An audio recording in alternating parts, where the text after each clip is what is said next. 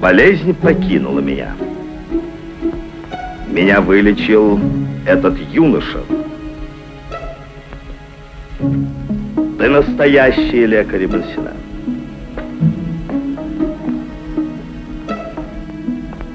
Твое искусство вернуло мне жизнь, и я хочу тебя наградить.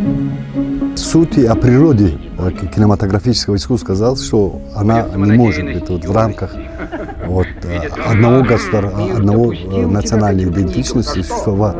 Поэтому самые близкие народ и соседи, которые действительно узбекские наши коллеги были.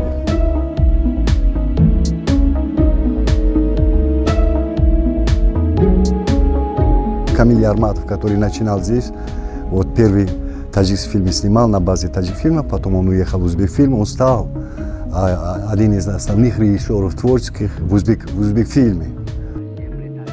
Он, работая там, приглашал таджикских актеров, потому что, когда снимались особенно исторические фильмы, это переплеталось, тогда границ не было, очень сложно было разделить, даже тематически.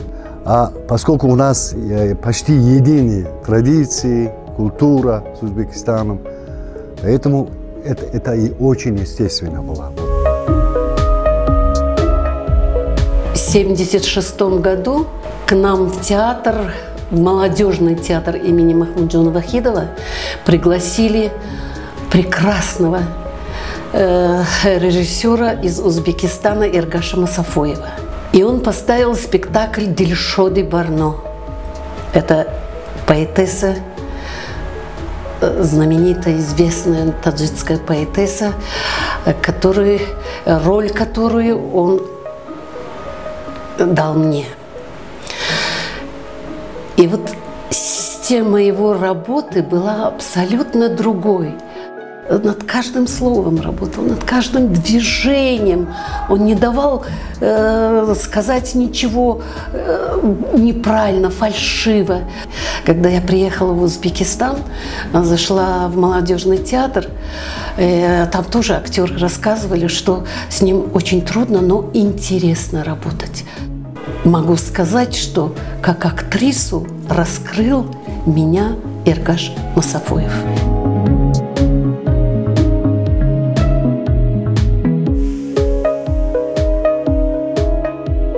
После визита президента Узбекистана в Таджикистан можно сказать, что лед тронулся, и сотрудничество на всех уровнях, в нашем примере это кино, и можно сказать, что мы возвращаемся к истокам, потому что это традиция сотрудничества Узбекистана, Таджикистана на всех уровнях. Если говорить о кино, то это таджикские актеры ездили по приглашению в Узбекистан, узбекские актеры приезжали к нам, и это была одна большая дружная семья.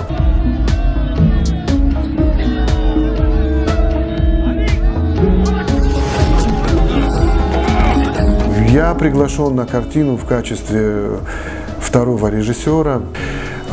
Спасибо моему другу, однокурснику Фархаду Махмудову, который меня рекомендовал.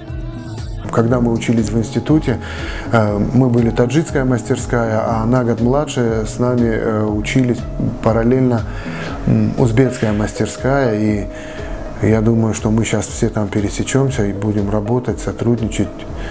Был такой перерыв, к сожалению, вот с этими событиями гражданской войны. И многие люди уезжали, и, честно говоря, было не до театра и не до кино. А мы как раз в это время выпускались. И практически домой, на родину, мало кто вернулся. Но сам факт, что мы сохранили эти отношения, мы переписывались, поддерживали какую-то связь. И сейчас настал тот момент, когда уже мы спокойно можем ездить друг к другу в гости, сотрудничать и делать какие-то общие проекты, которые нас еще больше сблизят, породнят. И от этого будет только добро и очень много полезного для обеих сторон.